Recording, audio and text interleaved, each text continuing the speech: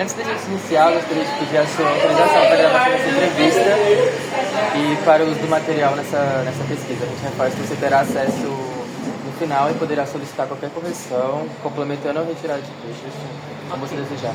Só autorizar. Começar? Não, pode começar? Qual é o seu... Começar pelo seu nome, qual que é a sua idade também? Aldirene Ferreira Frazão, 52 anos. Quantas pessoas moram com você? Atualmente só eu e minha filha. São vocês e sua filha? Ah, que legal. Tem 16 anos. Tem 16 anos? Tá na escola, então? Sim. Legal. A Mariana está estudando, já está como jovem aprendiz trabalhando. Sério? Nossa, que bacana. Juliana, o nome dela? Mariana. Mariana. Ela quer estudar? Quer fazer faculdade? Ela gostou agora de trabalhar, antes ela queria fazer administração, agora ela quer fazer RH. Ah, que legal. Porque a empresa colocou ela na RH, então assim, ela gostou, se identificou com ela. Ah, que legal. Você pode falar um pouco da sua trajetória pra gente? De onde você veio? Contando um pouco assim da sua história de vida, da sua origem, família, mudanças, sua trajetória no trabalho. Tá. Como você quiser. Eu cheguei aqui no Jardim Julieta em 1981. Eu nasci no Parquinho Chaves, né, que é do lado aqui, paralelo aqui no bairro. Eu vim pra cá com 8 anos, a gente já morava em uma favela no Chaves. E que a área que a gente morava ia ser construído um hipermercado, que é o mercado que a gente usa aqui, que é o Bergamini. E nessa construção, na época, foi feita a Coab, né? Sem ser esses prédios que vocês viram, os outros prédios. Foi feita a Coab e a gente veio pra cá em 1981. Então eu cheguei aqui no Jardim Julieta em 81. Quando eu falo, eu cheguei aqui em 81, o pessoal acha que eu vim de outro estado. Não, eu vim só de outro bairro, do Chaves pra cá. Então assim, tudo isso aqui eu vi construindo, com muita dificuldade, mas uma infância gostosa. Difícil, mas uma infância, eu acho boa. Pensou você com mais irmãos? Nós éramos em 10 irmãos. 10? Somos, aliás, agora a gente está em 8, faleceram 2, mas nós éramos em 10 irmãos, 4 mulheres e 6 homens. Você é qual da sequência? Eu sou a mais velha das mulheres, né? Tenho meu irmão antes de mim. Ah, que legal. Como que era a convivência assim, da família? É difícil, é assim. Por ser a mais velha, você acaba pegando a responsabilidade, né? Mas é tudo com muita dificuldade. Não tem a facilidade que tem hoje, tudo com muita dificuldade. Minha mãe foi uma mulher que nunca tinha trabalhado. Aí a gente teve o problema do meu pai ir embora de casa. E minha mãe com esse monte de criança, foi quando ela teve que sair para trabalhar. Eu também tive que sair para trabalhar, foi quando eu trabalhei de empregada doméstica. Trabalhei uma vez só na minha vida para nunca mais, não desvalorizando ninguém, mas eu acho que é um trabalho que se trabalha muito e se ganha muito pouco. Com certeza. Né? E assim, o fato de ter que sair para trabalhar era para sustentar os meus irmãos, quer dizer, pegar uma responsabilidade que não era minha, que era do meu pai. Né, de sustentar os meus irmãos menores. Eu tive que sair para trabalhar para fazer isso, assim como o meu irmão também mais velho. Teve que sair para trabalhar, para sustentar os irmãos, e a minha mãe teve que sair para trabalhar. Você tinha quantos anos? Eu tinha 14, 15. Minha mãe começou também bem cedo, com 11, empregada doméstica. Não, eu já tinha começado antes. Como você tem os pais que já vêm nessa linha, minha mãe é do interior de São Paulo. Então, assim, a minha mãe achava que a gente tinha que olhar filho de todo mundo, limpar a casa de todo mundo. É uma cultura que já vinha dela. Mas eu não queria isso pra mim, entendeu? Então, assim, eu fui realmente para trabalhar, para ajudar dentro de casa. Mas é uma coisa que eu falei, eu não vou trabalhar mais. Entendeu? Eu não quero mais trabalhar de empregada doméstica para ninguém, para casa de ninguém, porque às vezes a mulher passa lá o ano inteiro sem limpar e quer que eu faça a limpeza da casa dela num dia. Então, assim, não, é uma coisa que eu não quis mais pra mim. Mas é o que eu tô falando, né? Não desvalorizando ninguém, mas assim, é uma coisa que eu não quis mais pra mim. E não quis que fosse pras minhas irmãs também. Sim, eu acho que nem é uma questão das pessoas, né? É uma questão de quem contrata muitas Sim, vezes, né? Que não dá valor para quem está prestando o serviço de forma alguma.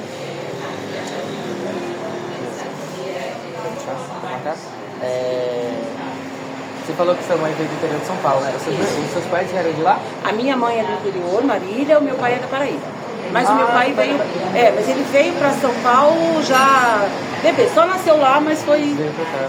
Foi criado aqui. Legal. A sua mãe era doméstica e seu pai era? O meu pai era caminhoneiro. Caminhoneiro. Meu pai faleceu já. A minha mãe tá viva ainda, mas meu pai faleceu. mãe tá com quantos anos agora? 75. 75? Perdão, sua mãe mora onde? A minha mãe mora aqui mesmo, aqui mesmo. aqui na Vila Sabrina mesmo. Ah, legal. Continuando sobre a convivência, né, entre os irmãos, o que você mais gostava de fazer, assim, de brincar? Como era? A gente tinha mais essa questão de brincadeira de rua, né? Você não tinha muito brinquedo, era realmente a brincadeira de rua, né? E quando a gente chegou aqui, que não existia esse prédio, não existia tudo isso que tem hoje, essa estrutura, então a gente... Era muita coisa de rua mesmo, isso aqui era tudo várzea, tudo mato, lagoa, que eram as nossas brincadeiras. Qual foi a maior dificuldade que você passou assim na infância? Que você acha? A maior necessidade, acho que foi... Eu não lembro de ter chegado a passar fome, mas assim, eu acho que a comida é muito escassa, né? Você tinha básico, arroz e feijão. Era isso, você não... Eu lembro de ter café da manhã, eu sempre foi o pãozinho, o café e o arroz e feijão. Mas eu acho que basicamente isso. Foi realmente essa questão da fome. Eu não lembro realmente de ter passado fome, de algum dia ter ficado sem comer, mas essa coisa assim, limitada, exatamente, bem reduzida. E alguma coisa legal, algo marcante assim, que você lembra? Tipo, putz. É meio difícil. Acho que foi tanta dificuldade que eu não lembro de alguma coisa marcante. Não lembro. Se lembrar eu falo, mas eu não lembro. Uhum. Depois, quando você chegou assim na vida adulta, como é que foi pra você? Então, para estudar eu tive que parar de estudar, né? Fiquei, gente, muitos anos. Parou que sério. Eu tinha parado no segundo ano, no primeiro grau. A minha mãe é a mesma coisa. Segundo ano. Aí acho que com 17 ou 18 eu resolvi voltar a estudar. Mas assim, mesmo com o segundo ano, eu não me achava burra não, viu? Não, mas não. É assim, eu acho que eu sabia muito mais que quem tinha mais do que eu. Né? Eu lembro que quando a gente saiu procurar emprego, eu e minha amiga já tinha terminado o ensino médio, e eu sempre passava no processo seletivo para um cargo melhor do que ela. Eu falava, Valéria estudou mais que eu e eu consigo uma vaga melhor que ela. Então eu parei no segunda série. Eu não sei não lembro se foi 17 ou 18. Eu voltei a estudar no supletivo, consegui concluir o ginásio, né, a 8ª série. E tentei por várias vezes, gente, voltar. E aí, com 22, eu fui mãe. E aí você tem a dificuldade maior, porque aí é o filho, você tem que trabalhar, mas continuando morando com a minha mãe. Namorei, fiquei grávida, mas continuei morando com a minha mãe. E aí, tentando voltar a estudar, sempre... Aí comecei a fazer o CIEJA, lá no Clara Montelli. Tentei voltar por várias vezes, mas é difícil, né? Que lá é a única escola do estado que faz a distância. Né? Mas é difícil, é muito difícil. Eu consegui concluir algumas matérias, né? Porque eu trabalhava de domingo a domingo, aí tirava um dia da semana, falava, eu vou estudar e vou fazer prova hoje. Aí eu conseguia eliminar algumas matérias. E não consegui concluir o ensino médio. Aí veio o INSEJA, que eu consegui prestar o INSEJA e consegui terminar com 45 anos o ensino médio. Que aí assim, aí falei, como agora, tantos anos sem estudar, como que eu vou, será que eu vou conseguir isso, né? Aí a empresa que eu estava trabalhando, eu comecei como operadora de caixa em 2005. 2005 eu comecei a trabalhar como operadora de caixa, e aí eu fui cobrir uma licença maternidade. Não, minto, eu fiquei grávida de novo da Mariana. Quando eu voltei, fui cobrir uma licença maternidade. E aí passei para o administrativo. E aí, eu lá na frente do computador, o que eu passei a fazer? Tirar todas as provas anteriores do INSEJA e pegava as questões e eu mesmo ia fazendo. Depois eu ia corrigindo para ver se eu tinha acertado, né? E aí prestei o INSEJA e consegui passar. Eu passei assim, o que eu passei raspando foi 5,5 em português na redação, 5,5. Era 5, né? Eu consegui passar raspando. E o incrível que eu falei, eu acho que eu vou perder em matemática. Eu tirei 7,5 em matemática. Falei, caramba, meu, sem estudar um tempão. E eu consegui Mas eu passar. acho que o trabalho que você exercia também ajudou um pouco, né? Sim, é.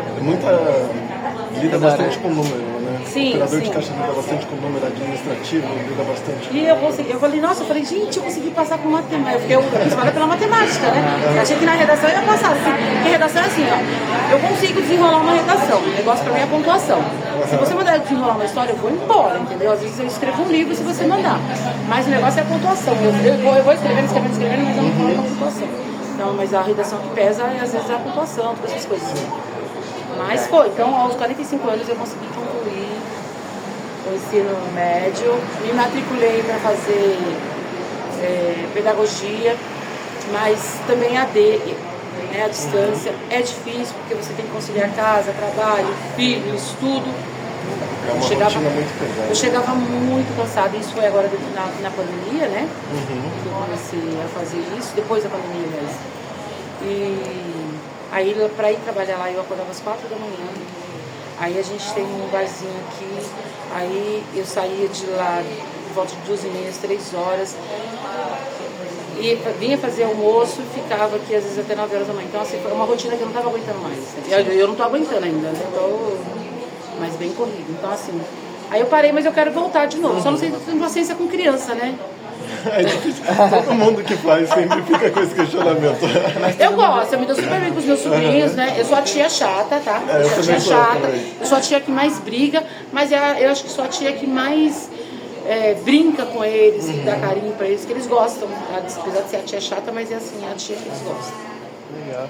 Por que você escolheu a pedagogia? Eu escolhi mais, acho que por causa da idade. Eu acho que assim, que é uma profissão que eu consigo ainda carregar aí uns 20 anos. Entendeu? É diferente de outras que eu acho que eu não vou ter mercado para mim.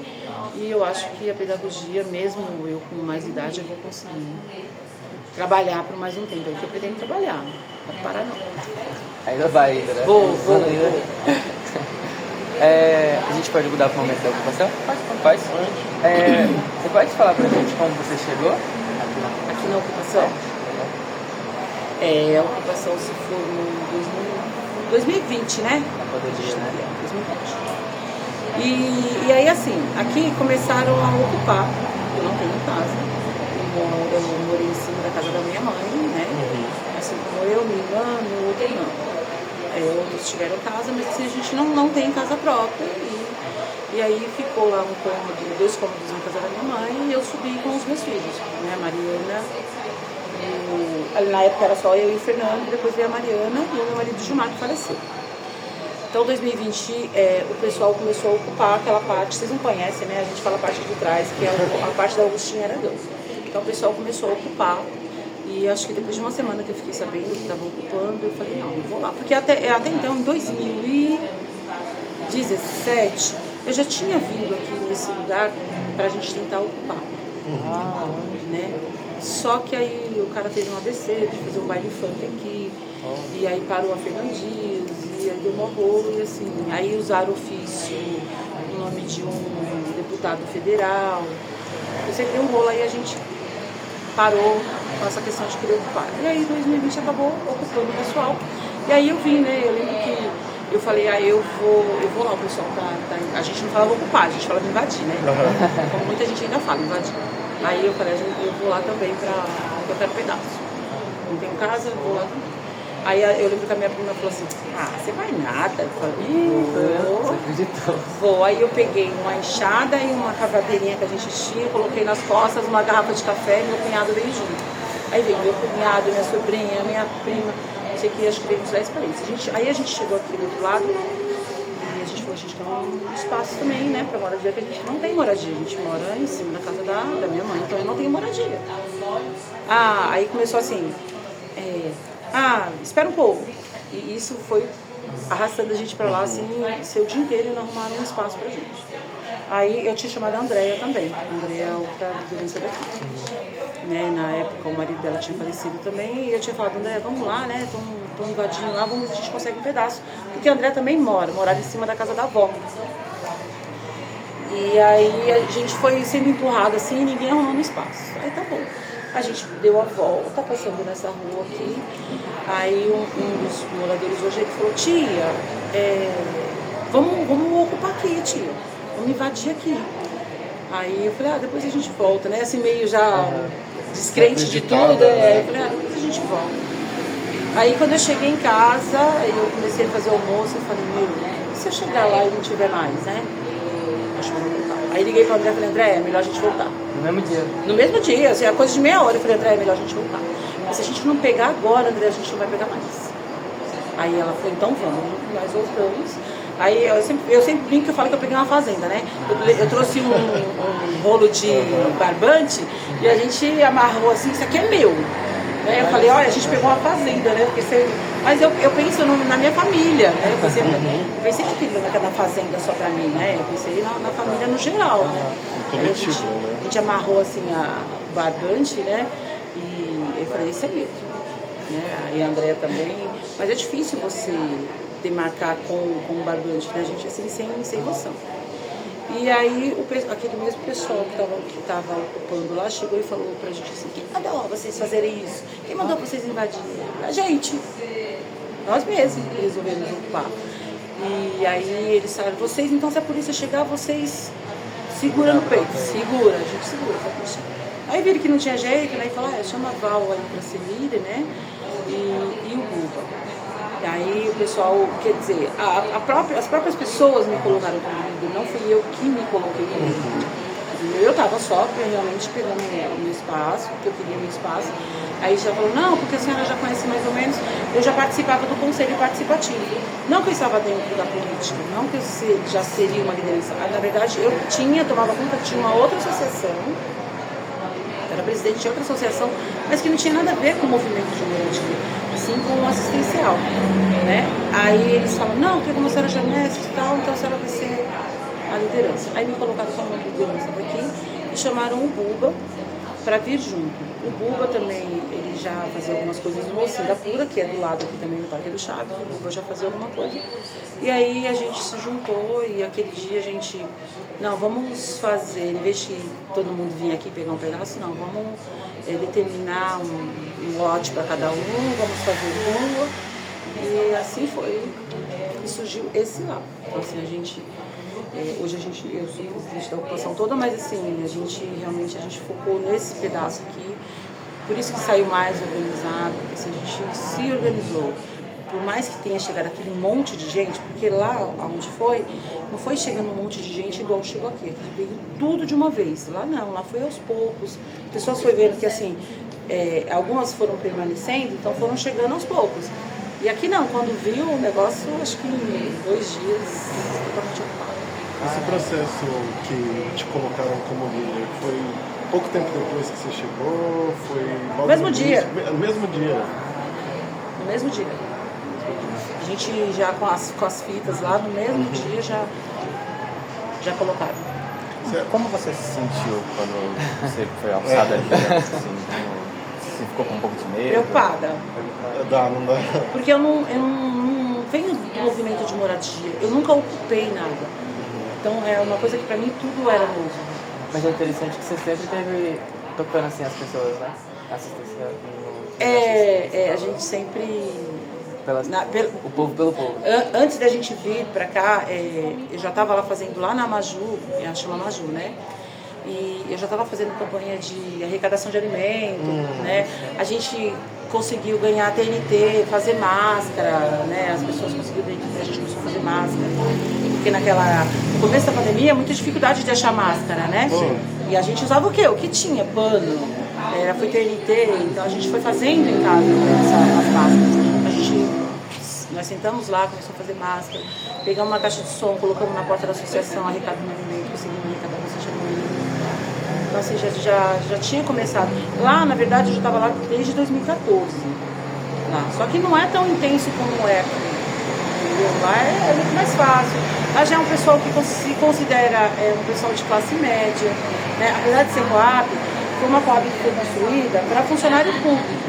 A parte que a minha mãe mora é uma parte do pessoal que veio da favela. Mas a parte que o pessoal mora nos prédios é um pessoal que era funcionário público. da saúde, na época veio muito policial civil, militar, muita gente da saúde. Então, assim, aí mudou, lógico, mudou muita gente, mas assim, eles se consideram classe média, apesar de você estar tudo ali, todo mundo passando a mesma dificuldade, respirando o mesmo ar, entendeu? Mas eles se acham superiores. Então, era um lugar difícil de trabalhar, entendeu? Você trabalhar especialista, porque eles se acham superiores, né? Mas aí, quando a ajuda da pandemia veio, né, veio legal, e assim, muita gente também precisou, e a gente pôde lá. Então, assim, lá acabou tendo visibilidade. A gente teve 900 cestas básicas doadas pela Polícia Militar. A gente, depois, o movimento do MTST também conseguiu 1.000 e poucas cestas que veio para cá. Entre outras, a Sabesp doou, muita gente fez doação de cesta básica para lá. Então, acabou sendo um lugar diferenciado, né, e aí também o meu nome aí nessa parte aí cresceu um pouquinho, né, porque as pessoas passaram a me procurar para ajudar. Então, mas quando eu vim para a ocupação, eu não vim com o intuito de ser uma liderança daqui. Você veio com o intuito só de Só conseguir de um lugar morar, para você, exatamente, né? para morar. Eu não vim para liderar nada, eu vim para morar mesmo. Por quê?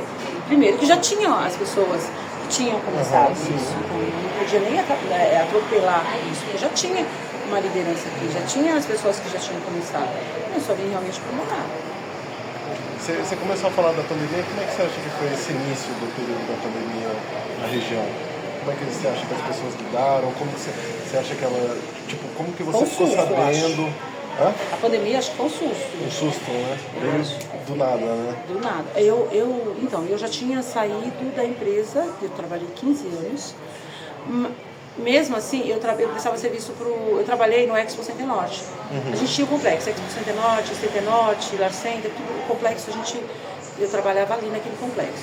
Eu saí, mas aí eu fui para outra empresa prestando serviço, eu já não era registrada, eu era freelance. Mas eu continuei na empresa. E quando chegou a pandemia, o que fechou primeiro? Os eventos foram todos cortados. Eu falei, tô lascada, porque eu dependo dos eventos, né? E eu lembro que assim, a gente foi um final de semana que minha prima tinha alugado uma casa na praia, a gente passou o final de semana, e aí a gente falou, a gente tem que ir embora porque foi feriado prolongado e as crianças têm aula na quarta. A gente precisa voltar porque as crianças têm aula. E voltamos. Quando a gente chegou aqui, já não podia mais ir para a escola. Quando a gente voltou para São Paulo, não podia mais ir para a escola, tudo fechado. Os eventos que eu ia começar a trabalhar, tudo cortado. Eu falei que meu marido ferrou. Falei que ele ferrou, e agora como é que a gente vai fazer? E ele tinha acabado de trocar o carro, assumido umas prestações do carro, e assim, meu marido estava aposentado, porque ele tinha um problema no ligamento e tal, né? E ele não podia mais pegar peso e conseguiu se aposentar. Aí eu falei, vamos priorizar a prestação do carro agora pra gente não perder, né? Prioriza e o que restar a gente come. Mas assim, aí veio a questão da ocupação, né? A pandemia acho que foi em março. Foi mais. Em março, então a gente veio pra cá em junho, entre maio e junho que começou. Quando o bagulho começou a ferver mesmo. Então, aí... Só que aqui, assim, o pessoal ajudou muito aqui, muito. Sim. Gente, assim, não falta comida. Não falta comida. Desde que a gente chegou aqui, não falta comida. Então, assim, veio a mídia, conforme foi passando na televisão, as pessoas começaram a ajudar, ou pessoas que passavam aqui, viu que estava seguindo uma favela, então começaram a ajudar, então aqui nunca faltou nada. E assim, por ter sido uma ocupação feita na pandemia, então veio China, Japão, Rússia, Estados Unidos, Inglaterra, sei lá mais quem fazer entrevista aqui, olhar a situação.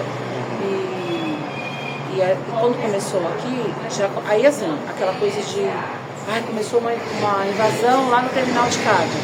Então começou a vir gente com mudança, gente que já estava sendo despejada. Ela começou em março a pandemia. Era isso que eu ia falar, porque você disse que em 2 dias já veio um monte de gente, porque justamente março até junho o pessoal já foi perdendo emprego, Já foi perdendo, exatamente. não tendo como pagar aluguel, e daí Já começou a vir gente já com um caminhão de criança. Teve gente que acampou, gente, dias para ver se conseguia um espaço, entendeu?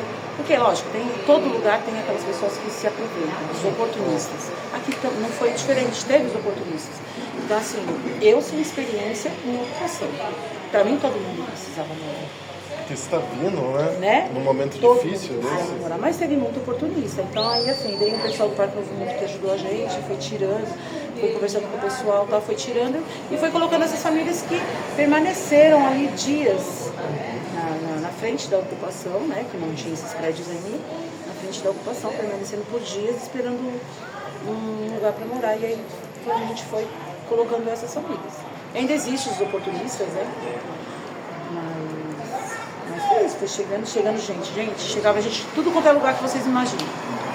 Como foi a construção da sua casa? Então,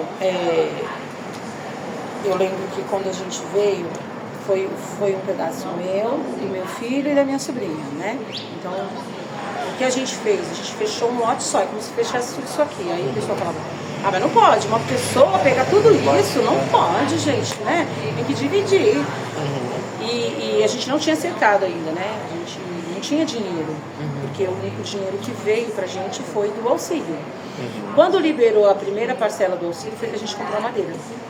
Que aí a gente conseguiu cercar, foi onde as pessoas começaram a fazer o barraco de A primeira madeira. parcela foi em julho, não foi? Foi junho, foi por aí. Por aí, né? Eu acho que foi julho. Foi julho, né? Foi julho que a gente ficou sem dinheiro mesmo. Quando caiu a primeira parcela foi que a gente conseguiu a comprar a madeira para fechar. Aí foi onde foi formando nos barracos. Porque até então a gente só tinha cercado, a maioria de lona. As primeiras semanas a gente pegou uma chuva aqui terrível. Né, Jace? A Jace tá me olhando, ó. Mas foi uma chuva, gente, que foi assim... Eu acho que eu nunca tinha pego na minha vida uma chuva daquela.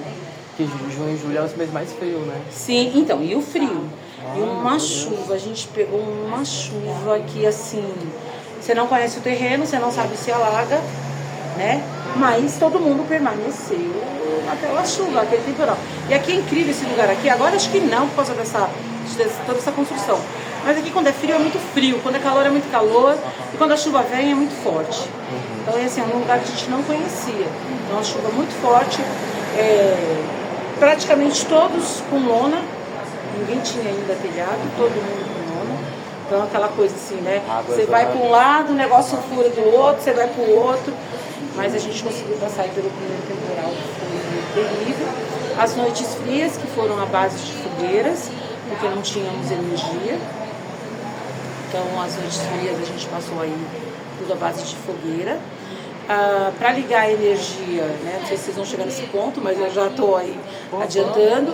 Para a energia, a gente teve muita dificuldade para ter energia, como a gente tem a dificuldade ainda de manter ela, né? Porque é uma energia, é uma ligação irregular, né? Gato, né? E aí assim, a gente fez a vaquinha para comprar o fio, com toda a dificuldade da pandemia. Foi juntando todo Foi mundo juntando, pra comprar a essas gente ainda coisas. faz isso, mas aí a polícia veio e carregou tudo. A polícia veio, carregou escada, material do eletricista, os fios que a gente tinha comprado, levou. Vai tudo de novo. Naquele Aí, período aí, todo mundo no auxílio. Só que aí a gente já fez outro esquema, a gente fez igual, acho que Rio de Janeiro, né? Um curradinho aqui, um curradinho aqui, outro lá, outro em cima do caminhão. Na hora que a gente vê uma viatura, desce todo mundo. E foi assim a gente conseguiu ligar energia. Mas foram muitas noites à base de fogueira. Ainda acontece, né? A gente ainda faz fogueira porque a gente aqui é muito frio. Ainda faz fogueira. Foi frequente a vinda de policiais aqui na ocupação, assim, durante esses anos? Não, a gente não tem esse problema aqui. Teve algumas vezes por causa de roubo de carga, que acabou tem sempre o cara que faz a merda.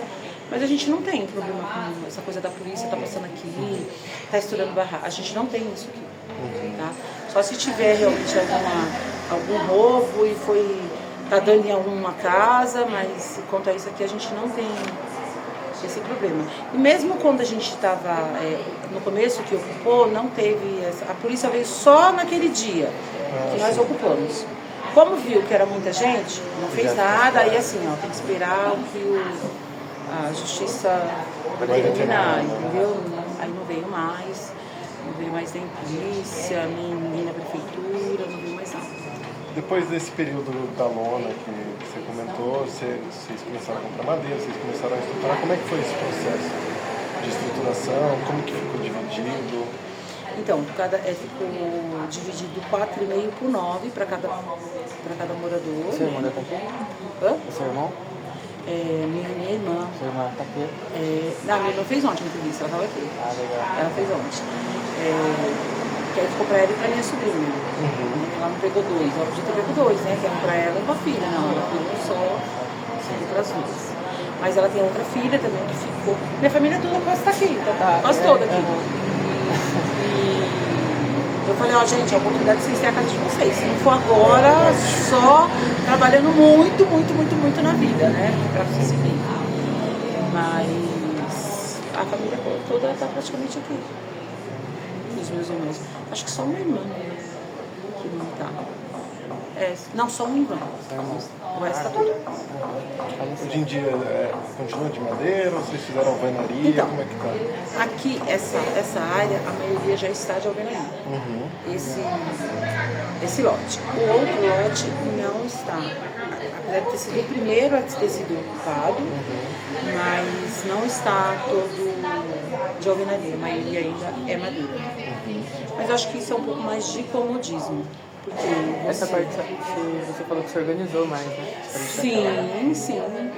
É que hoje eu tenho reunião, mas um dia que vocês vierem a gente vai dar uma volta, tá? O dia que vocês quiserem a gente dá uma volta. Sim.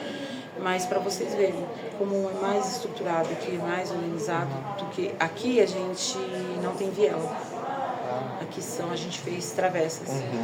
E os outros têm vielas, que é mais difícil para regularização fundiária. Tá? A regularização não aceita vielas, tem que ser ruas ou travessas, né? Eu não posso pedir regularização para cá e não para lá. Tem que ser todo mundo. Então lá não entra na regularização, porque é muito estreita mesmo. A gente dá uma coisa dessa mesa. Assim, Aí aqui acaba não entrando também. não entrando, porque é tudo uma só. E assim, a gente aqui se organizou por esgoto. Mas ainda que às vezes corra na rua, que está entupido. Por quê? A gente não entende. Você pegou cano pequeno. Você não imaginava esse tanto de gente. Você fez como se fosse fazer de uma casa só, né? E agora o negócio cresceu tanto que entope mesmo, muita gente usando, né? Então toda hora dá problema. Mas a gente fez com que o esgoto não corresse na rua, que a gente tivesse uma água encanada. Às vezes a água não chega para todo mundo. Por quê? Porque a gente usou um caminho fino. Se a gente tivesse pensado lá atrás. Porque é muito difícil você pensar a magnitude que vai tomar, né? Então, exatamente. Então, assim, não chega do jeito que a gente quer, mas, pô, você tem. A gente não tem uma água que corre, sabe? O cano tá lá estourado no meio da rua. Não, tá tudo certinho, tá encanado. E aí a gente tem essa organização assim, ó. Acabou a luz, a gente tem alguém que vem da ENA, entendeu? O funcionário da ENA que vem do caminhão e arruma pra gente, como a gente teve no final de semana. Que o fio escapou e a gente ficou o dia inteiro sem energia. Mas é muito alto, tem que vir um caminhão para arrumar. Aí pergunta pro cara, quanto vai ficar? Vai cobrar 3 mil, porque também ele está correndo o risco do emprego dele. Sim. Né? Mas se você dividir esses 3 mil pra galera, não dá nada, gente. Não dá nada. A gente fala assim, é o preço de um litrão. Né? Cara, deixa de tomar um litrão e bora pagar a luz ou a água, né? Então aí a gente se reúne desse jeito para pagar. Então, como é mais ou menos a relação de você com os vizinhos, os moradores? Eu acho tranquilo. Eu sou uma pessoa que falo pouco no grupo. Nós temos 4 grupos. Eu falo pouco e eu acho que quando eu falo eu sou ouvida por falar pouco. Então quando eu falo é sempre alguma coisa importante, ou é em relação à saúde, ou em relação de pagamento de alguma coisa, ou é uma reunião. Então assim, eu acho que quando eu falo eu sou ouvida por isso. Porque quando eu falo já é para alguma coisa que tem que ser uma mobilização para ocupação. Então assim, mas acho que eu tenho uma boa relação com todos, também não. Quem permanece aqui realmente todos os dias é a Andréia, eu não sou aqui todos os dias, minha casa está em construção. Sim. Estou arriscando, estou conseguindo minha alvenaria e está terminando. Então estou lá na minha mãe ainda. E então quem permanece aqui realmente todos os dias é a Andréia. Eu venho todos os dias, né? Eu só não venho domingo e segunda, que é minha folga. Não esquece, não me liga porque eu não atendo. Entendeu? Domingo e segunda é minha folga. Então a Andréia está aqui todos os dias e eu acabo fazendo o serviço mais fora, serviço de contato, reunião, fazer o social, né? Aí eu acabo fazendo isso, para sempre a gente ter visibilidade, as pessoas olharem aqui para o processo. Então eu estou sempre assim. Bem, hoje eu estou aqui, vou para o Baracela, depois eu vou lá para a reunião do Conselho de Gestor de Saúde. Aí acabou o meu dia, né? O dia inteiro já na rua, assim como foi ontem. Vim aqui, depois fui para a reunião do movimento, cheguei 7 da noite. Então é desse jeito. Aí, às vezes, quarta, quinta, eu tô aqui na ocupação, que aí eu tô o dia inteiro mesmo. Mas, para pegar aqui, realmente, a Andréia tá todos os dias. Você comentou essa coisa da saúde, como que você enxerga que foi o impacto da pandemia aqui durante... Eu não sei como você enxerga quando começou, quando acabou, mas esse intermédio, como que você acha que foi a questão da saúde, a questão das mortes, das perdas? Por incrível que pareça, aqui a gente teve pouco. Ou acho que nenhuma. Você lembra de alguma morte na pandemia? Não, aqui não lembro. E a gente ainda, o povo falava assim, alguém já pegou Covid? Que a gente saiba aqui, não. E todo mundo sem máscara. Todo mundo sem máscara, entendeu? Ninguém usava álcool em gel. As pessoas doavam álcool em gel pra gente, a gente nem usava. E a gente, acho que foi ter morte depois daquela coisa assim do boom da pandemia, que vieram ter algumas mortes. Mas aqui, acho que na ocupação, na época mesmo, na pandemia, não teve. E poucas pessoas pegaram Covid. Acho que eu fui pegar Covid em 2021. Que aí eu fiquei mal mesmo. Pegou só eu e meu filho, meu marido não pegou, minha filha não pegou. A gente tinha preocupação com a minha mãe, né, de idade, e a gente está na rua, porque todo mundo estava para cá, e ela ficava lá sozinha, então a gente teve essa preocupação com ela, mas ela não saía, ela também não pegou. Então, eu acho que o boom mesmo da pandemia é que, não sei, a gente estava protegido por Deus mesmo, pelas fogueiras, pela terra, entendeu? Porque, eu vou te falar, aquele monte de gente, né? Aquele monte de gente, você lidando com aquele monte de gente, não tendo água, né? Porque até então a gente fez várias, puxou água, mas fez várias torneiras, assim, sabe? Para tomar banho, para usar para banheiro, essas coisas. Então, assim, eu lá na ponta, eu tinha que vir aqui, que a nossa era aqui. A torneira que a gente colocou, o bico de água, né? Colocou aqui. Então, tudo que a gente precisava de água, a gente vinha aqui pegar. Para fazer uma comida, para lavar uma louça, era tudo no balde. Meu neto, né? Eu tenho um neto de 9 anos, ele está morando em Minas agora. Aí, os avós dele, materno, estavam em Minas. E é eles que tomavam conta dele. Aqui a mãe trabalhava, né? Meu filho não mora com a mãe. Então, o Thiago acabou tendo que ficar comigo, porque a Carol tinha que trabalhar, os pais dela lá em Minas, e o Thiago teve que ficar comigo. Então, 3 anos, ele é bem gordinho. Ele está com 9 agora, mas ele era bem gordinho. E aí ele falava, vovó, eu quero fazer cocô. Ele fala, vovó, até hoje ele fala, vovó, quero fazer cocô. Ai, Thiago, como é que vai fazer agora, né? Pega a sacola, põe no balde, né? Colocava no balde. E aí, pra ele era o máximo aquilo, né? Ele sentar no balde pra fazer o cocô. Aí ele pegava a sacolinha assim e falava assim, eu posso jogar o meu cocô? Pode. Aí saía assim. Aí aqui na frente, aqui bem na esquina, justamente onde está a associação, foi onde a gente jogava todo o lixo. Então misturou lixo de entulho, lixo de cocô, xixi, tudo junto. Então vocês imaginem a carniça que era isso aqui. E a prefeitura não queria vir tirar. A prefeitura não queria vir limpar. Foi aonde quem conseguiu pra gente foi o movimento. O PST foi lá, fez um ofício, falou que aquilo não podia. Na pandemia, a não podia fazer aquilo com a gente, mesmo sendo uma ocupação. Foi onde veio tirar. Porque não veio ninguém, a gente não veio ninguém para saber se precisava de alguma coisa, como é que estava, se tinha alguém contaminado pela pandemia, se precisava de uma ajuda. Simplesmente assim, vocês são invasores e... Portanto, não merece. Exatamente. Não veio ninguém. A gente não teve assistencialismo de nada do poder público. Nada. Era só vocês.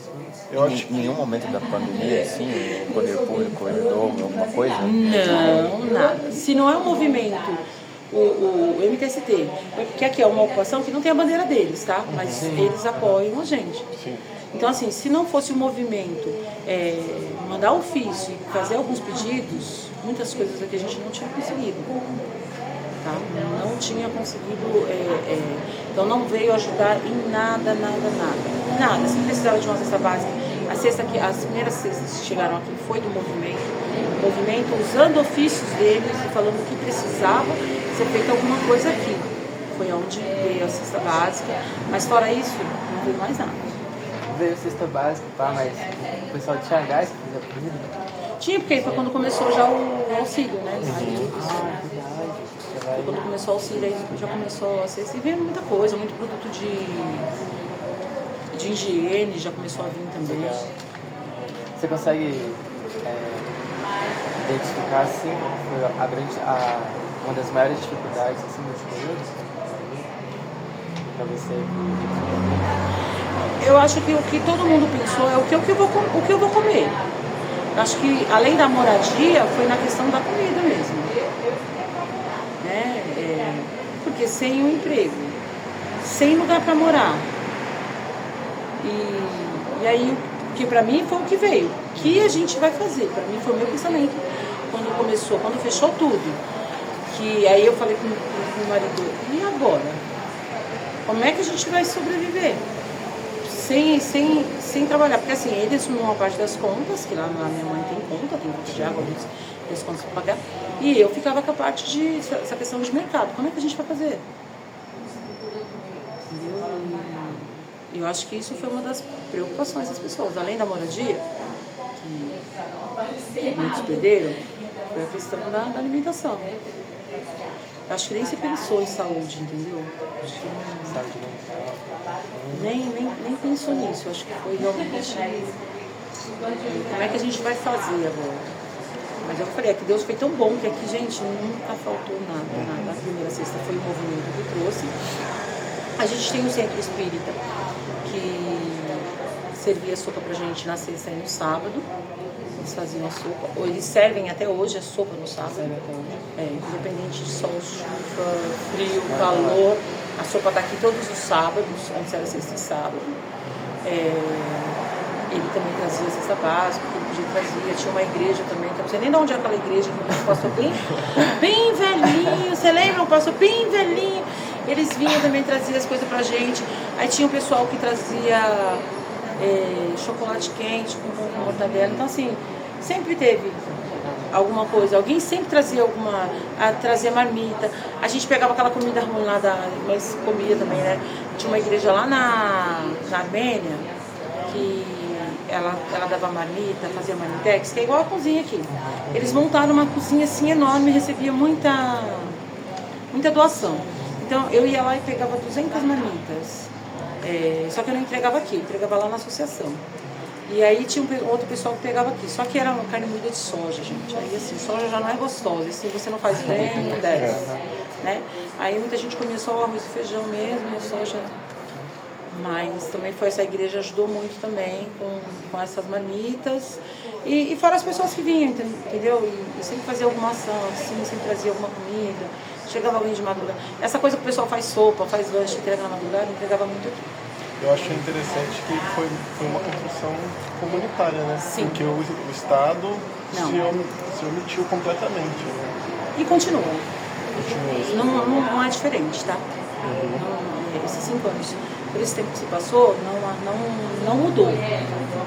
Tá? Não vem ninguém da prefeitura para ver nada.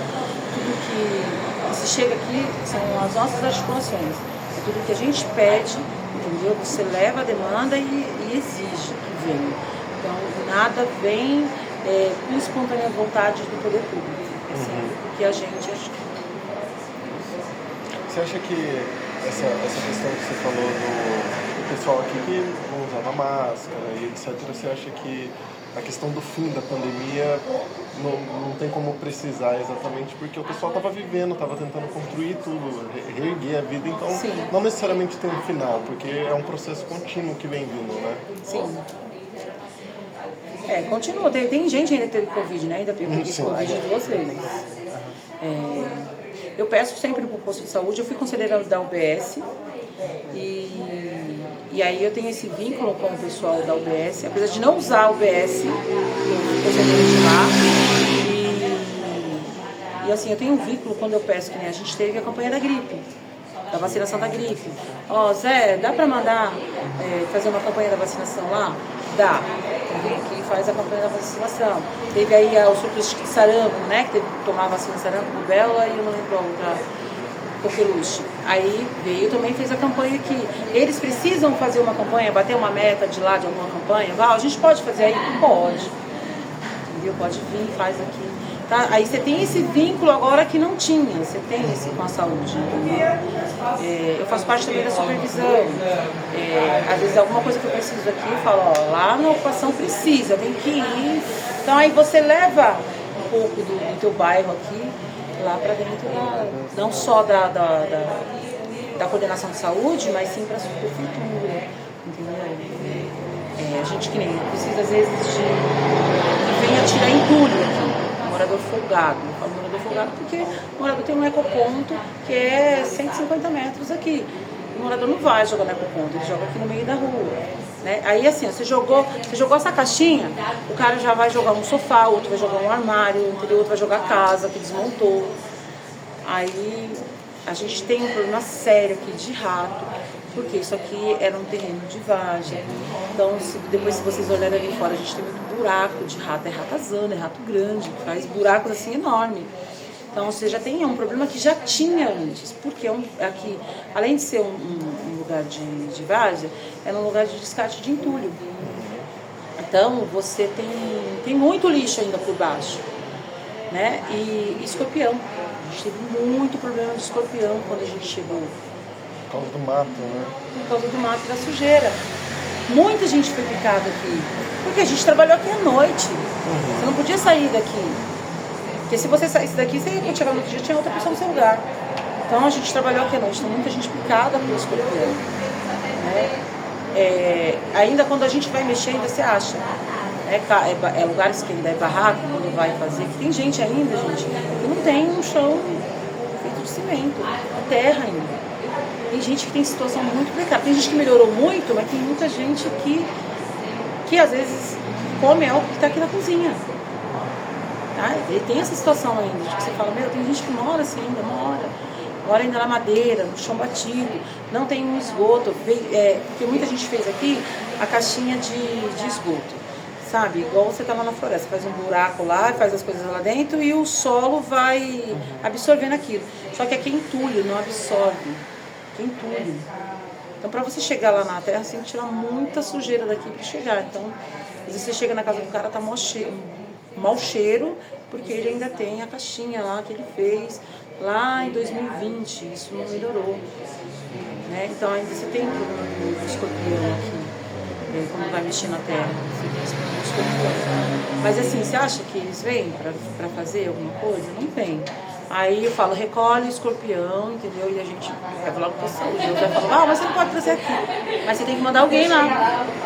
Aí a gente deixa tudo lá na UBS, aí tem que se virar e mandar alguém para vir para cá, para fazer. Mas o município ele não tem uma prevenção de escorpião. A prevenção é a limpeza. Né? Se as pessoas não mantêm a limpeza, não existe armadilha para você pegar escorpião. Aí eles vêm, eles colocam as armadilhas para os ratos, como ajuda, né, a colocar para o rato, deixam os panfletos, recolhem o escorpião, mas não tem uma prevenção de escorpião.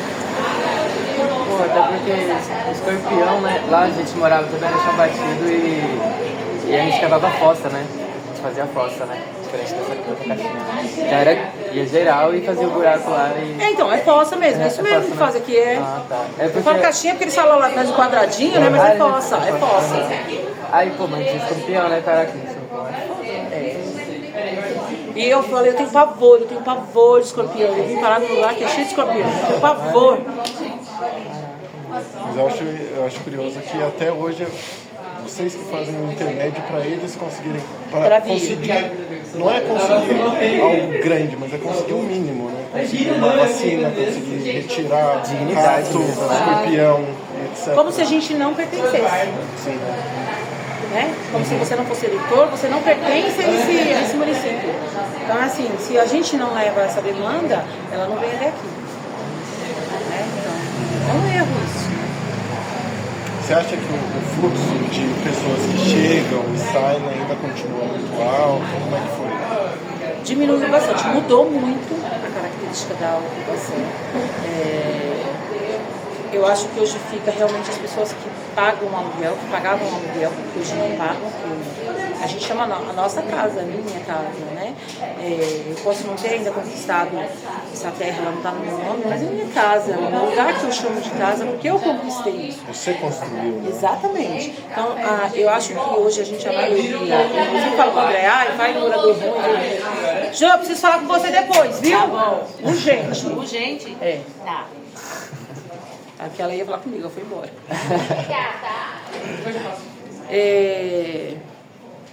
Então, assim, hoje, principalmente esse nosso pedacinho, é mais gente que pagava aluguel, realmente. Então, é a galera que, a gente sempre fala, ó, a galera ponta firme, que você precisa. Não fica me questionando, mas toda hora tem que pagar o dinheiro da luz. Não. A gente precisa da luz, vamos lá, vamos fazer. Você tem a outra parte que o pessoal questiona ainda, que já é uma galera que eu acho que já vem mais da favela. Que é aquela galera que é assim, tudo que é favela. Gente, não precisa disso que é favela. Não precisa limpar que é favela, não precisa arrumar luz que é favela. Né? Tem esse pessoal ainda que é difícil para trabalhar. Mas a ocupação mudou muito. E foi chegando mais gente que pagava aluguel que não quer mais pagar aluguel. Quer ter o seu lugar, então tem mudado isso. E eu acho que isso tem melhorado. Porque eu acho que se vem gente para mim que quer melhorar a vida dela, então melhora no geral para todo mundo. Se melhora. Exatamente. Por que você acha que as pessoas se ajudam aqui?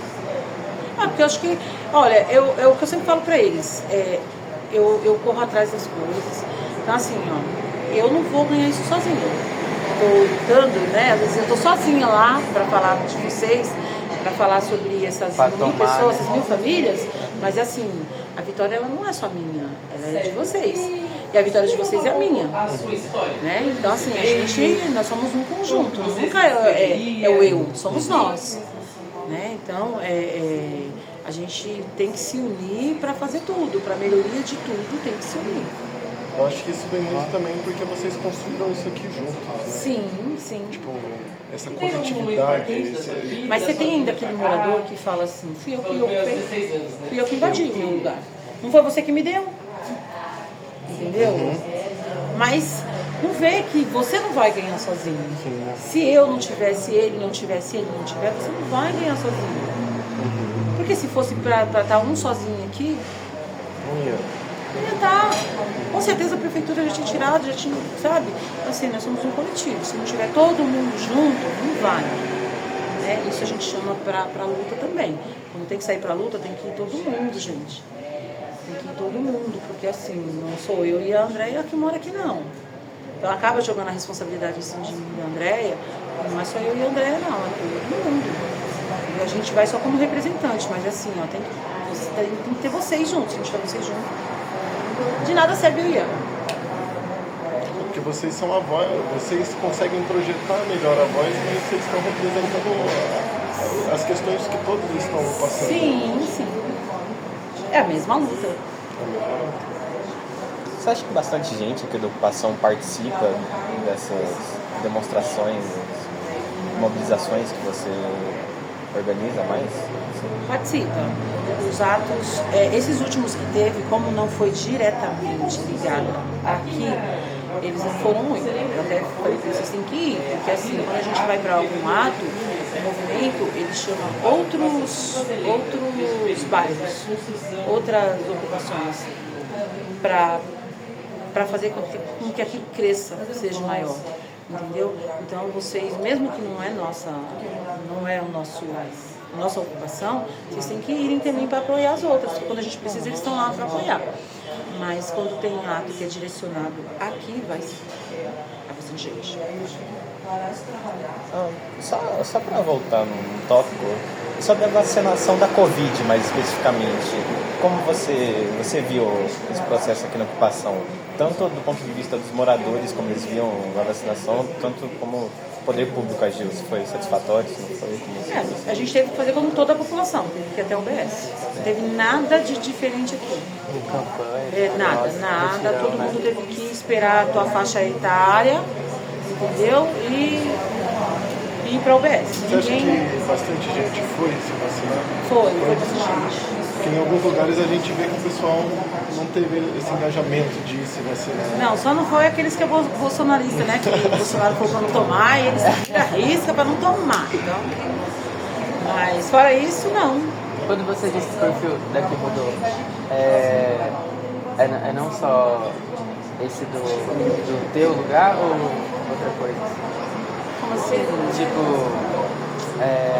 agora todo mundo tem seus pacientes e tal, né? Essa mudança foi nisso somente? Eu acho que assim, hoje tem um espaço, hoje as pessoas têm, muita gente, a gente saiu para fazer a pesquisa essas 2 semanas, muita gente trabalhando, coisa que a gente não tinha. Muita gente já voltou ao mercado de trabalho, as crianças tudo na escola, apesar que a gente não tem essa dificuldade de escola e creche, mas a maioria das crianças já estão na escola, na creche. Tem creche e escola aqui perto? Aqui pertinho não, é um pouco distante, porque assim, também esse pedaço aqui, como não era habitado, né, então não foi feito nada, é tudo pra lá, mas não tem essa coisa de não ter vaga, não tem vaga pra creche. Você tem no entorno 5 creches, tem até a sementinha que a Dani foi esses dias lá, porque tava sobrando vaga. Olha só. E a gente mais sobrando vaga.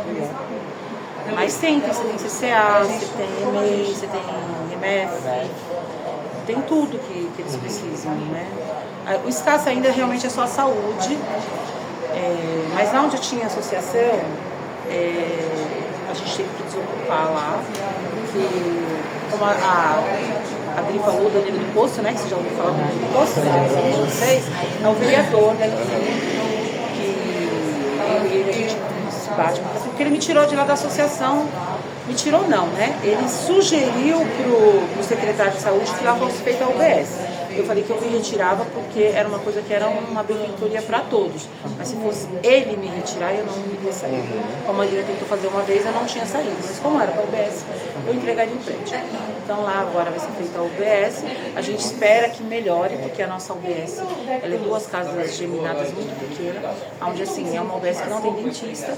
Às vezes vem, o território é um território muito problemático de saúde mental. Né? A gente tem muito problema de saúde mental. E vem psiquiatra, mas não tem sala para atender. Aí o gerente tem que sair da sala para o psiquiatra ocupar, assim não tem espaço. Então a gente espera que essa nova UBS que venha assim para melhorar a saúde do território em geral. E por isso está vindo 7.000 famílias, eles estão chegando 7.000 novas famílias só no Jardim Julieta, com todas essas construções que estão vindo. Então assim, tem que ter. Não adianta só você trazer gente e não estruturar o território. Eu acho que essa finalização, o processo de abertura dos comércios, etc., depois da pandemia, daí o pessoal começou a conseguir mais trabalho e isso foi influenciando na construção aqui também, né? Sim. A alvenaria, etc. O pessoal pôde levar as crianças para a escola, daí conseguiu também, né, ir para o trabalho, etc. Sim, muita gente voltou a trabalhar, tá aí hoje, né?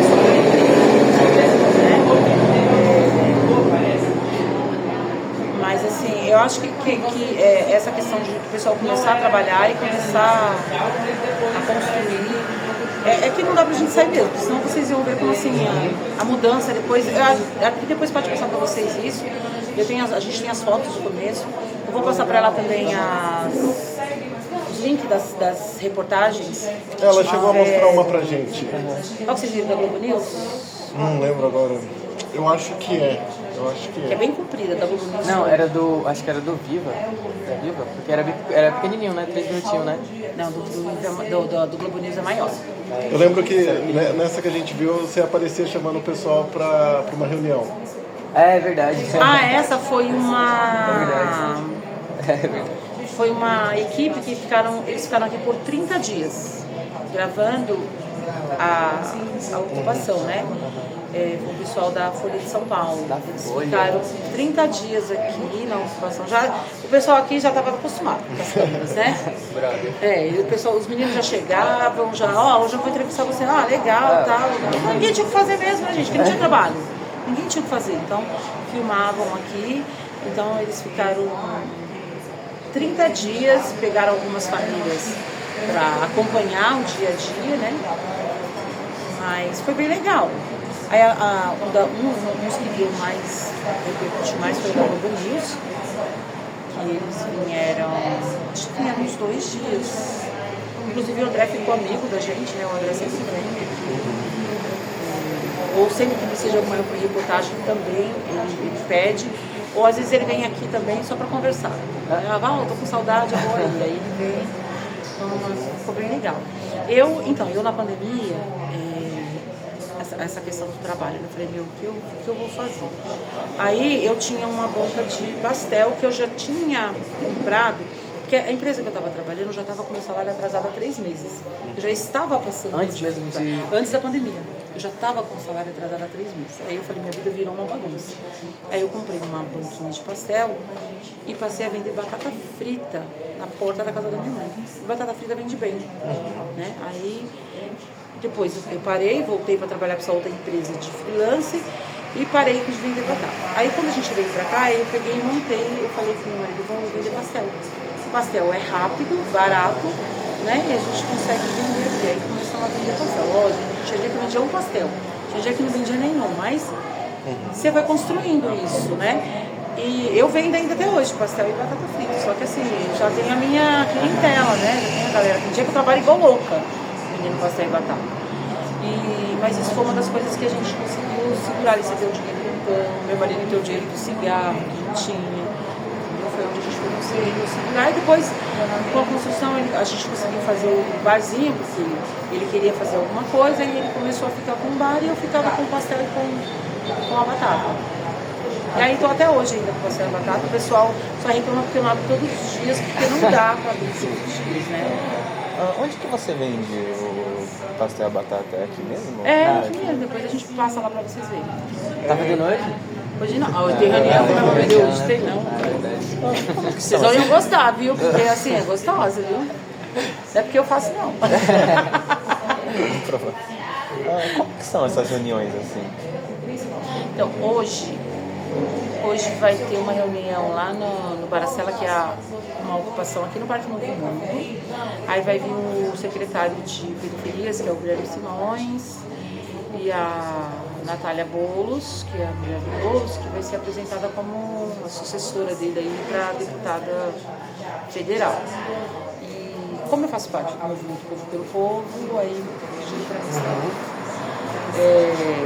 Depois eu tenho reunião do Conselho Gestor de Saúde, da Supervisão, que discute todo a UBS, o AMA, o hospital, o território.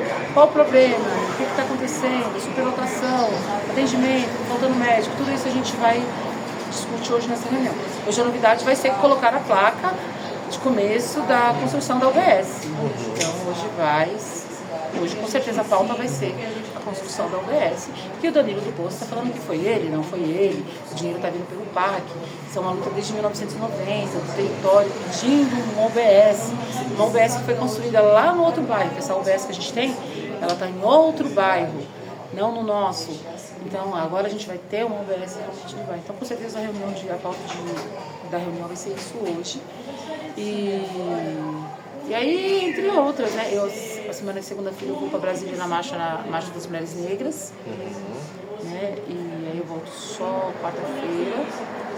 É isso, a vida é desse jeito, entendeu? Essa correria. E às vezes tem reunião do Conselho Participativo, ou reunião de alguma associação, ou alguma coisa que vai acontecer no território, mas é bom você estar lá. Sim.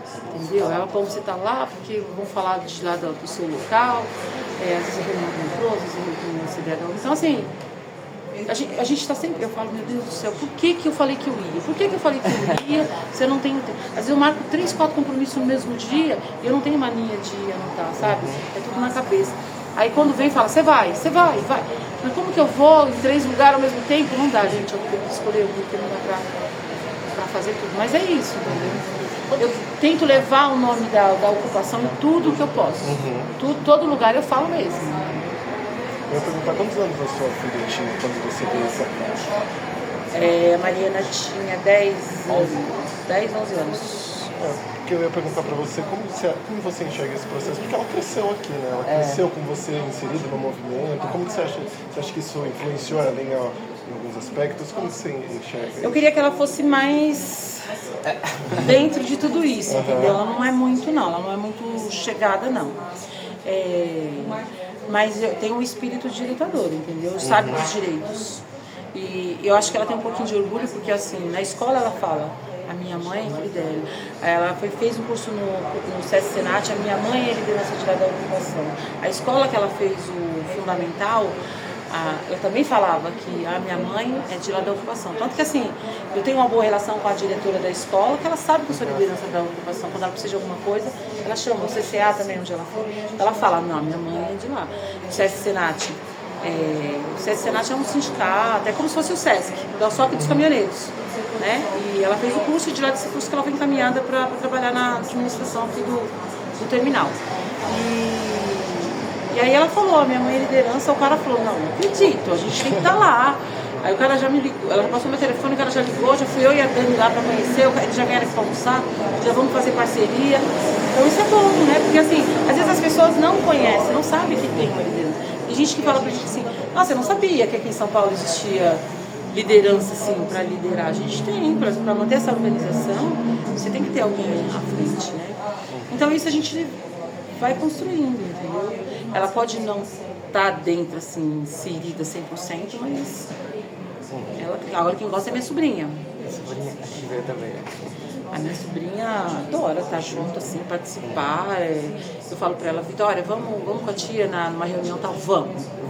Então eu acho que é uma das que vai dar 16 também. 16 também?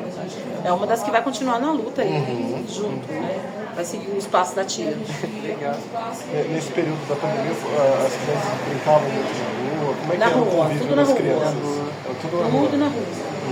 Na rua, fogueira, sujo, gente. Nossa, eu vi o Thiago, meu neto, todo cheio de cinza, sabe? Porque assim, queima pneu, cara, você pisa naqueles pó do pneu, assim, sobe assim, o cara todo sujo, não tem lugar pra tomar banho. Cheiro de fumaça.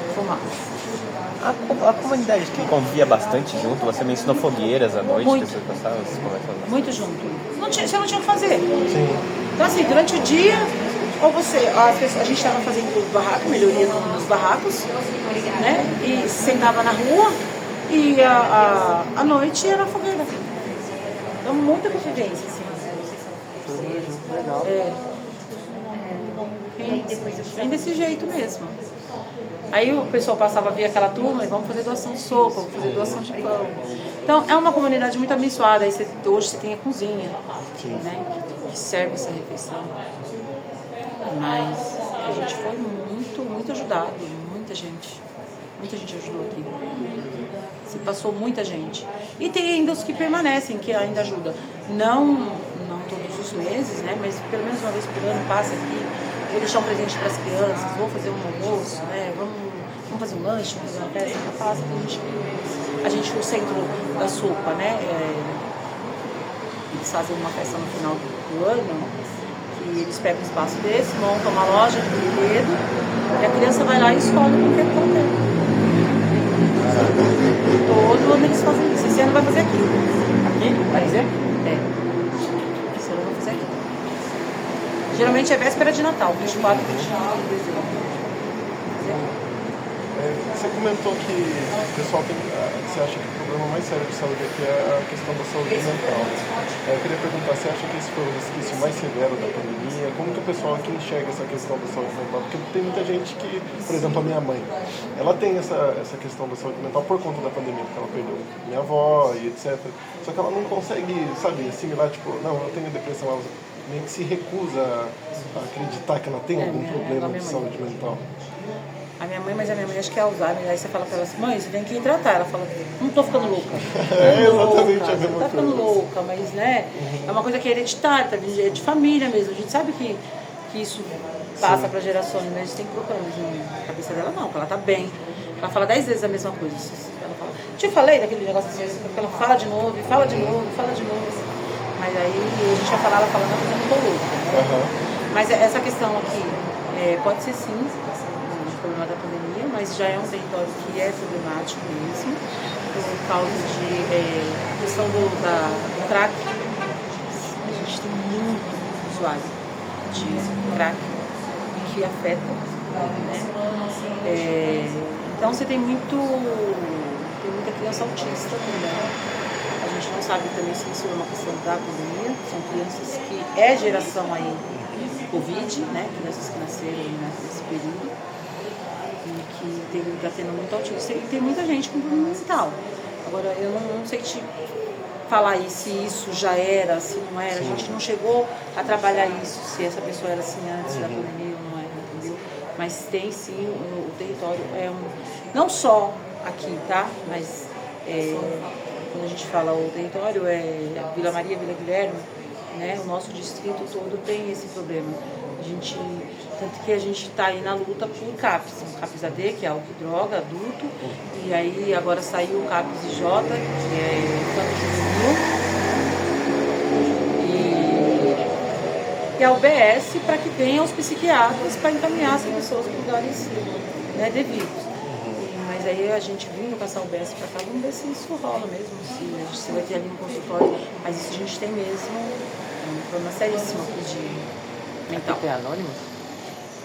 É alcoólico. Tem? Ah, não, se tem aqui no território, não. Então vocês ainda, Não tem nenhum trabalho, na real. vocês enfrentam esse problema de localidade, né?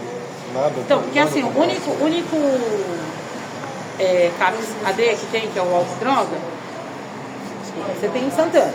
Aí eu fiquei sabendo que teve uma reunião semana passada no Conselho Municipal, aonde foi reprovado todas as mudanças que o prefeito resolveu fazer na saúde, foi reprovado. É surreal o que ele resolveu fazer. E aí o CAPS AD em Santana, que não pertence à Vila Maria, porque cada distrito tem que ter o seu, e a gente não tem. Aí a gente usava o de Santana.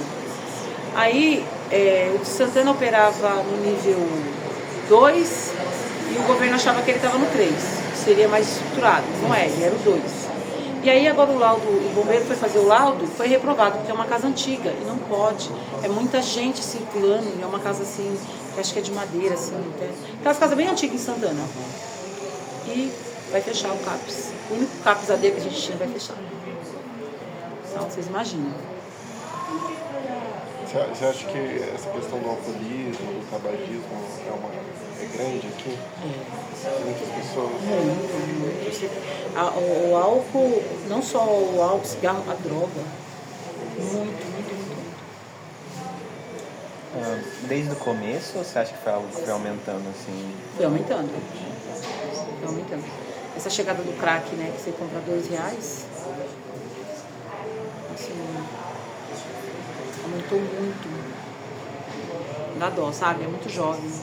A gente já viu algumas famílias, agora parou um pouco.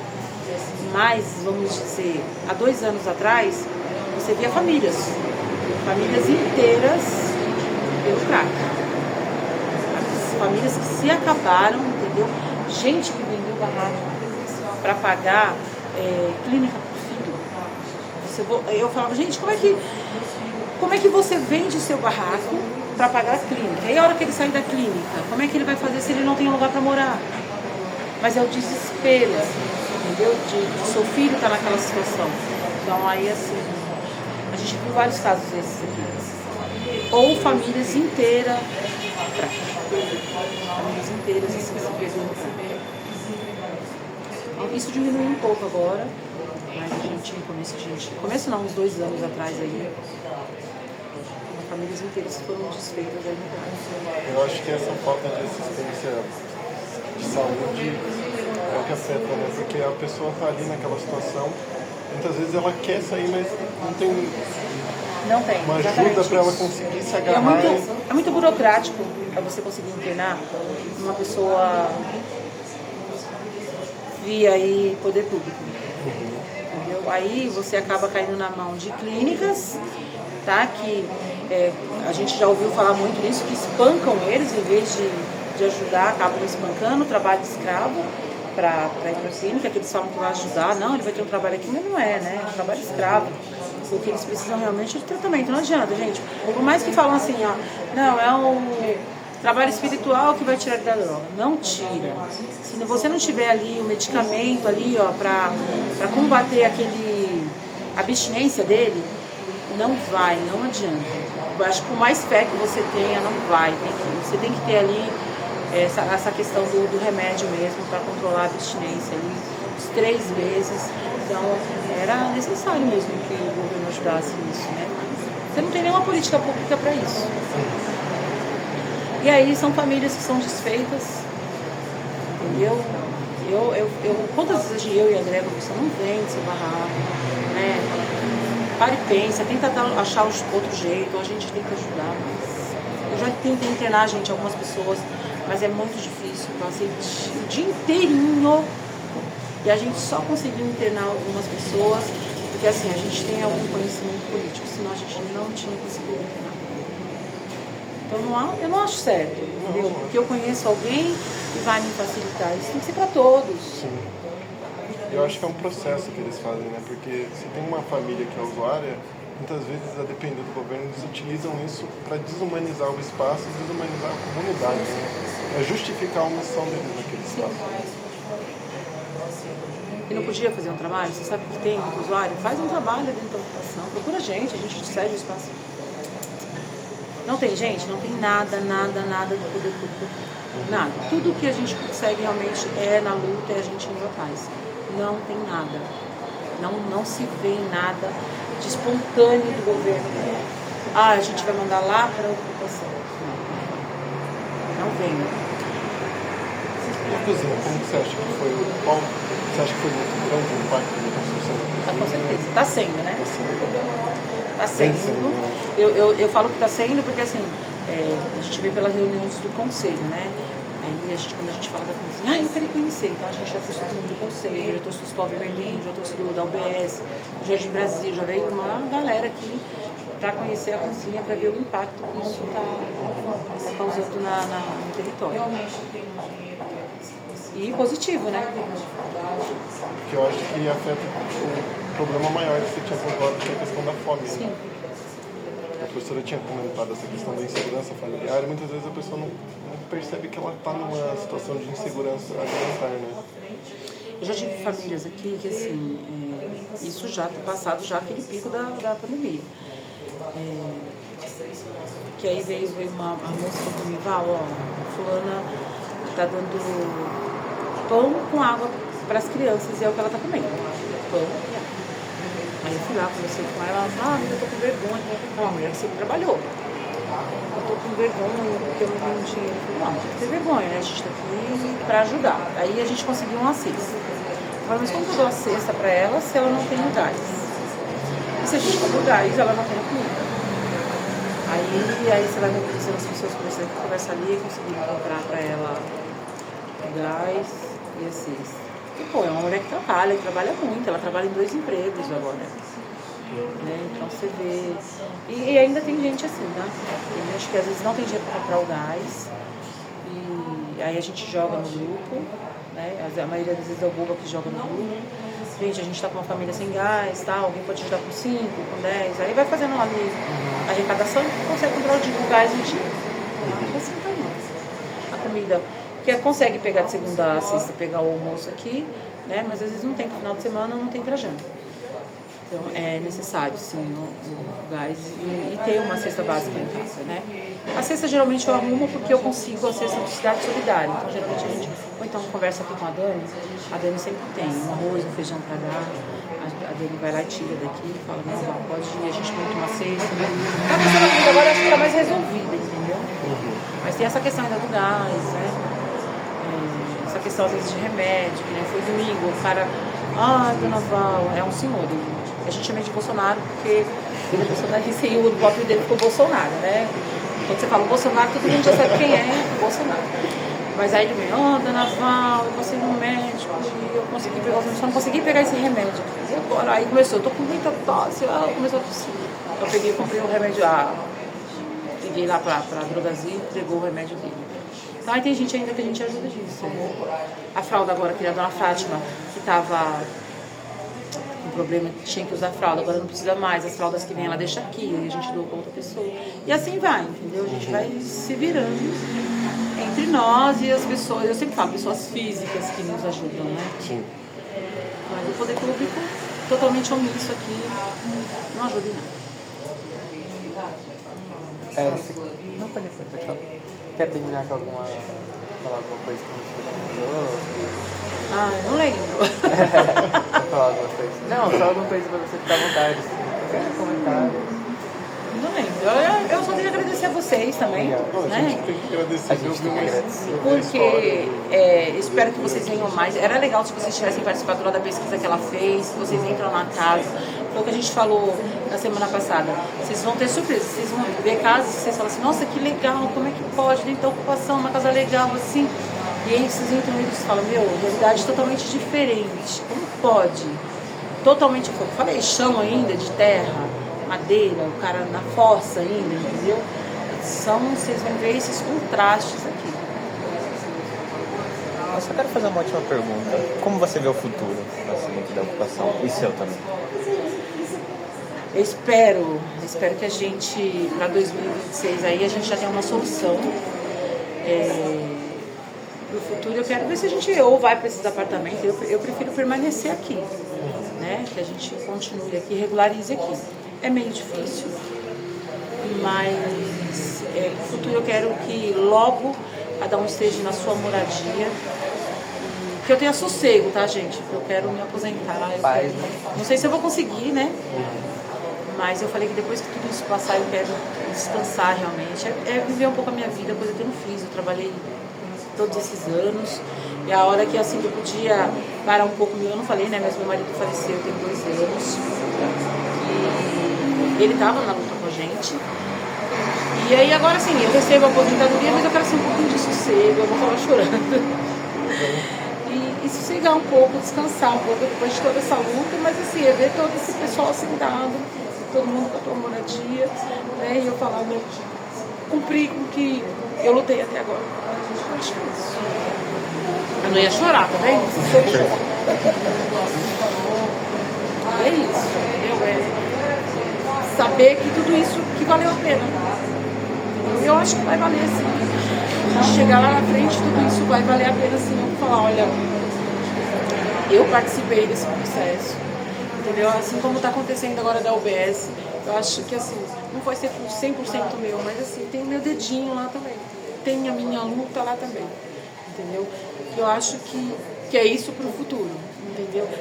Essas crianças que estão aqui hoje saber, olha, a Val estava com a gente lá na luta. E é isso. Pronto, fizeram eu chorar. É isso. É isso. Legal, hein? Todo mundo chorou. Eu vou parar a gravação. Deixa eu...